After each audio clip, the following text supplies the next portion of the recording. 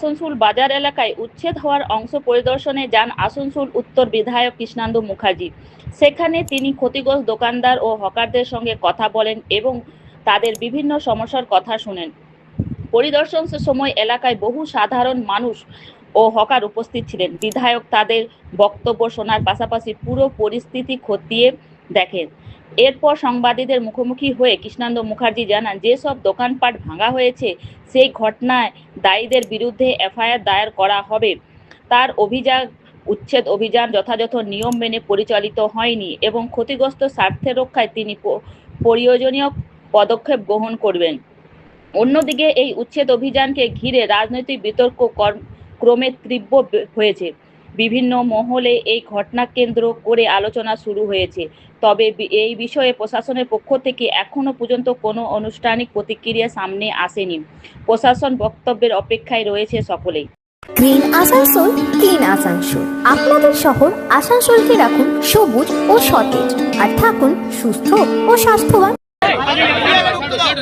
কর্পোরেশনের আধিকারিক, কর্পোরেশনের কিছু ইঞ্জিনিয়ার, কিছু স্টাফ, তারা এটাকে অন্যভাবে মিসগাইড করেছে এবং যা বলা হয়েছিল, প্রথমে বলা হয়েছিল 15 দিনের নোটিশ, তারপর কাল বৃষ্টির মধ্যে সকালবেলা মেশিন লাগিয়ে এটা করেছে, যেটা করা দরকার। কিছু অফিসার এখনো পর্যন্ত তৃণমূলের হাতে তামাক খাচ্ছে, সেই সব অফিসার, সেই আধিকারিকগুলোকে খুঁজে বের করা হবে যারা এটা করেছে।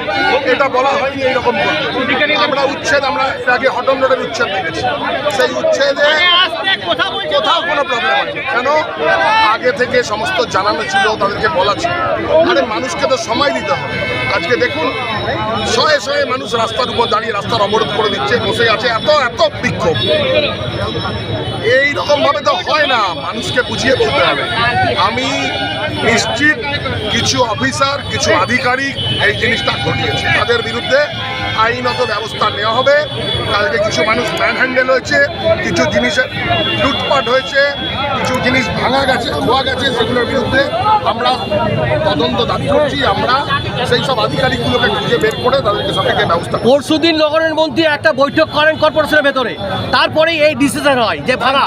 কি বলবেন? নগর উন্নয়ন মন্ত্রী, আমাদের লিডার নগর উন্নয়ন মন্ত্রী এই জিনিস করতে নিশ্চয়ই বলেনি। আমি একদম নিশ্চিত নগর উন্নয়ন মন্ত্রী এইভাবে উচ্ছেদ, এই জিনিসটা উনি সমর্থন করতেন না। ওনাকে মিসগাইড করেছে কিছু আধিকারিক, আবার বলছি কর্পোরেশনের কিছু আধিকারিক এই জিনিস ঘটিয়েছে, তাদেরকে শনাক্ত করে তাদের বিরুদ্ধে আইনত ব্যবস্থা নেবে। এই যারা করেছে তাদেরকে আইনত ব্যবস্থা কি এফআইআর করবেন? অবশ্যই এফআইআর করবো। আমি এখন ঘুরে দেখছি, ভিজিট করছি, আমি নিজে এফআইআর করবো। আমি নিজে জনপ্রতিনিধি হিসাবে সেই আধিকারিক যারা ক্ষতি করছে সরকারের, যারা সরকারের বদনাম করছে,